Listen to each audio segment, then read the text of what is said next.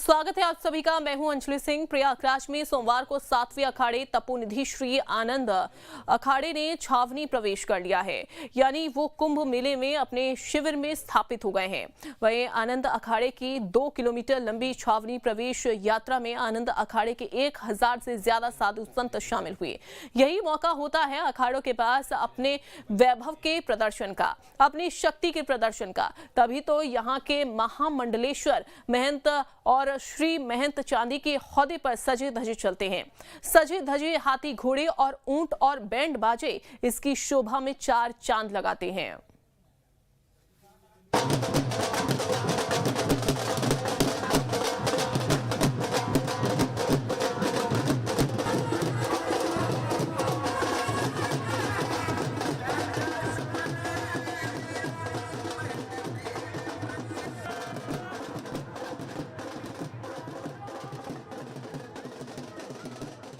सोमवार को प्रयागराज के दारागंज इलाके से आनंद अखाड़े की छावनी यात्रा की शुरुआत हुई। इस छावनी यात्रा में अखाड़े के साधु संत, नागा, योगी, यति, हाथी, घोड़े, ऊंट और रथ पर सवार होकर निकले तो अखाड़े की भव्यता देखते बन रही थी।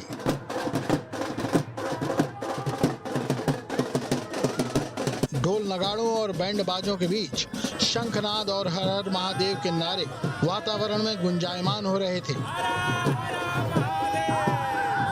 छावनी प्रवेश यात्रा में सबसे आगे कुछ नागा साधु अखाड़े का बैनर लेकर चल रहे थे और उनके पीछे अखाड़े के साथ चल रहे बैंड बाजे अखाड़ों में जोश भर रहे थे।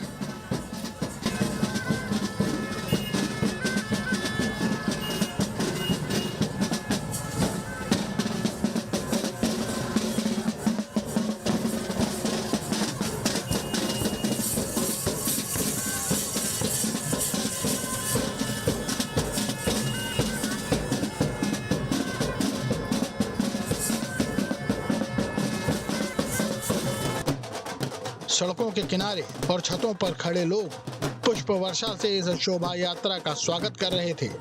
कोई नागा हाथी पर सवार दिखा तो कोई घोड़े पर सवार होकर अपनी गदा को पकड़े हुए था और कुछ नागा साधु घोड़े पर सवार होकर अपनी हाथ में तलवार लहरा रहे थे।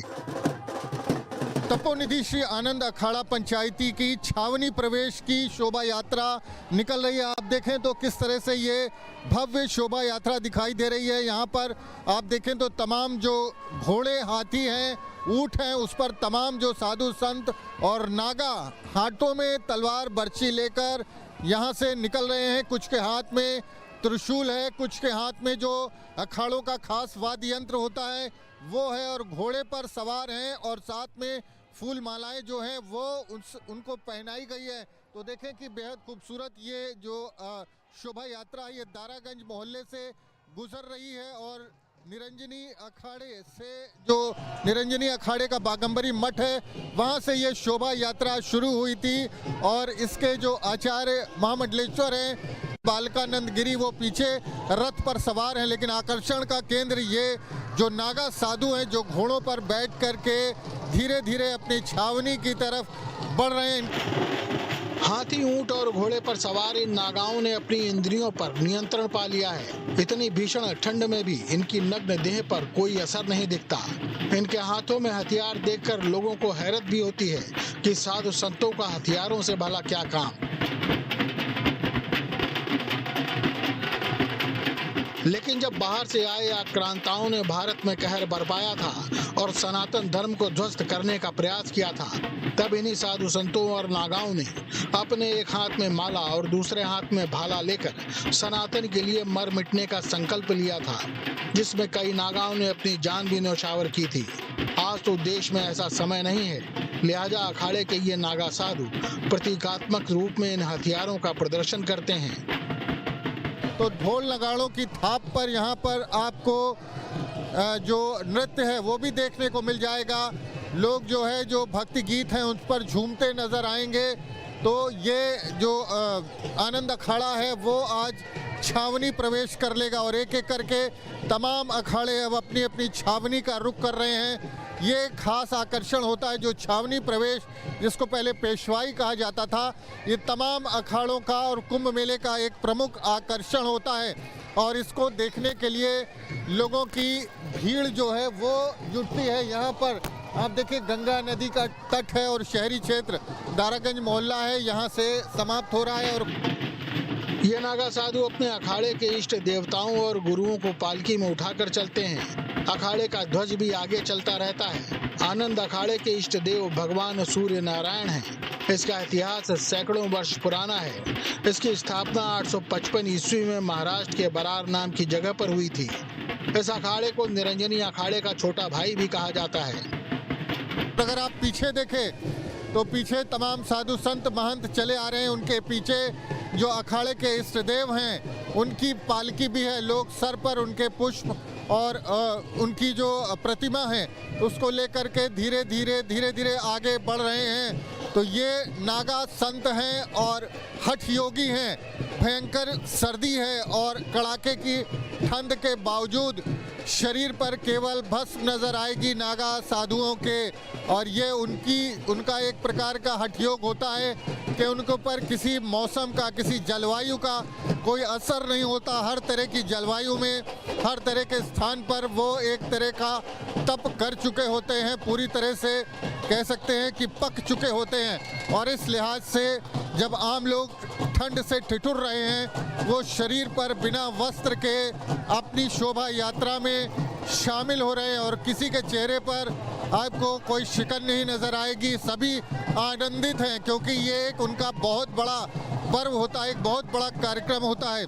और आज का दिन जो अखाड़े से जुड़े साधु संत और नागा हैं उनके लिए बेहद खास होता है। तो हाथों में फरसा है, त्रिशूल है और तलवारें हैं और उसको ये लोग लहराते हुए धीरे धीरे आगे बढ़ रहे हैं। चूँकि ये सनातन के योद्धा माने जाते रहे हैं तो प्रतीकात्मक तौर पर ये आज भी कुछ इस तरह के अस्त्र शस्त्र अपने साथ रखते हैं और शोभा यात्रा में उनका प्रदर्शन भी करते हैं। तो ये आनंद अखाड़ा है जो देश के 13 प्रमुख अखाड़ों में से एक है। और इनके इस अखाड़े में तमाम साधु संत, महामंडलेश्वर, नागा, यति, योगी सब शामिल हैं। तो आनंद अखाड़ा अब धीरे धीरे अपनी छावनी की तरफ बढ़ रहा है। और छावनी प्रवेश के बाद इनकी अपनी जो छावनी है, जो कुंभ मेला क्षेत्र में इनका जो शिविर है, वहाँ पर ये तमाम तरह के अनुष्ठान जब तब करते नजर आएंगे। तो आप देखिए ये जो पीठाधीश्वर हैं बालकानंद गिरी, ये उनकी सवारी भी यहाँ पर दारागंज मोहल्ले में जो गंगा चौराहा है वहाँ पर आप पहुँची है। और आपने देखा होगा कि जब दशहरा होता है, दशहरे में तमाम जो झांकियाँ और चौकियाँ निकलती हैं उनके दर्शन के लिए लोग रात भर सड़कों पर रहते हैं। कुछ इसी तरह का नज़ारा यहाँ पर है। यहाँ पर तो जो तमाम साधु संत, महामंडलेश्वर खुद यहाँ पर मौजूद होते हैं। तो का दर्शन करने से जो है वो एक सौभाग्यशाली होता है, उनका सौभाग्य बढ़ता है, पुण्य मिलता है और उनका जीवन जो है वो धन्य हो जाता है। तो देखिए किस तरह से ये बालकानंद गिरी हैं, ये अपने विशेष तौर पर सुसज्जित रथ में यहाँ से गुजर रहे हैं, लोगों का अभिवादन भी ले रहे हैं। तो दारागंज मोहल्ले से ये शोभा यात्रा धीरे धीरे आगे बढ़ रही है। छावनी प्रवेश ही एक ऐसा मौका होता है जिसमें अखाड़े अपने वैभव का प्रदर्शन करते हैं। आप देख सकते हैं कि अखाड़े के पीठाधीश्वर स्वामी बालकानंद जी महाराज का ये रथ कितनी खूबसूरती और भव्यता से सजाया गया है। ये छावनी यात्रा 2 किलोमीटर चलकर मेला क्षेत्र में खत्म हुई। इस छावनी यात्रा की अगवानी अखिल भारतीय अखाड़ा परिषद के अध्यक्ष महंत रविंद्र पुरी ने की। आनंद अखाड़े की छावनी प्रवेश यात्रा निकल रही। हमारे साथ अखिल भारतीय अखाड़ा परिषद के अध्यक्ष महंत रविंद्र पुरी, उनसे बात करते हैं। महाराज जी, किस तरह से ये आनंद अखाड़े की जो शोभा यात्रा है वो निकल रही है, क्या परंपराएं? बहुत बहुत आशीर्वाद, साधुवाद। आप देख रहे हैं हमारे साथ आनंद अखाड़े के पंच परमेश्वर हैं और ये जो शोभा यात्रा है ये बाघमती गद्दी के बगल में आनंद अखाड़ा है, वहाँ से निकली हुई है और ये मेला छावनी में प्रवेश करने जा रही है। आपने देखा होगा इनके साथ जितने संत महात्मा सभी महाराष्ट्र के हैं और बरेली के हैं, और बरेली में आपने देखा होगा वहाँ भी इनका अखाड़ा है। मैं समझता हूँ बहुत ही अच्छी शोभा यात्रा है और आप देख लीजिए बहुत अच्छे संत है, दिव्य मूर्ति है, बैंड बाजे है और बहुत ही दिव्य और भव्य यात्रा है। तो तमाम अखाड़ों की शोभा यात्रा अब धीरे धीरे छावनी में प्रवेश कर रही है, अब आगे क्या चीजें होंगी? देखिए अभी मैं समझता हूँ करीबन 7 अखाड़ों का छावनी प्रवेश हो चुका है। अभी हमारे उदासी अखाड़े हैं और हमारे बैरागी अखाड़े हैं, उनका भी छावनी प्रवेश हो जाएगा। फिर हमारा जो है स्नान है जो मकर संक्रांति को होगा। मकर संक्रांति शाही स्नान की तैयारी है। महाराज जी आप थोड़ा बता दें आनंद अखाड़े के बारे में, क्या बताएंगे, किस तरह से ये आनंद अखाड़ा है और क्या इसकी परंपराएं? आनंद अखाड़ा और निरंजनी अखाड़ा दोनों भाई भाई हैं। बड़ा अखाड़ा निरंजनी पंचायती अखाड़ा और आनंद अखाड़ा छोटा भाई लगता है। आज आनंद अखाड़े की भव्य शोभा यात्रा निकल करके छावनी में प्रवेश करने जा रहे हैं। पूरा 1 महीना यहाँ पर रह करके धर्म शास्त्रों का अध्ययन से लेकर के अपने तपोबल को बढ़ाने का कार्य यहाँ पर किया जाएगा। आप आनंद अखाड़े की बात करें तो नागा साधु भी हैं बड़ी संख्या में। जी बिल्कुल, आनंद अखाड़े में बहुत से नागा साधु हैं जो दूर दूर पूरे भारत में भ्रमण करते हैं, पूरे भारत के गुफाओं में रहते हैं। साथ में हमारे जो जितने भी मंडलेश्वर हैं, जो इनके जो धर्म के प्रचार प्रसारक होते हैं, वो सब लोग साथ में रह करके आज कुंभ में प्रवेश कर रहे हैं। महंत दिनेश गिरी थे और महंत रविंद्र पुरी थे जो बता रहे थे कि क्या किस तरह से ये जो पूरा छावनी प्रवेश है आनंद अखाड़े का वो हो रहा है और जो निरंजनी अखाड़ा है उससे उनका क्या संबंध है। तो ढोल नगाड़ों के साथ ये जो कह सकते हैं शोभा यात्रा है वो धीरे धीरे छावनी की तरफ बढ़ रही है और आज ये 7वां अखाड़ा होगा जो छावनी प्रवेश करेगा।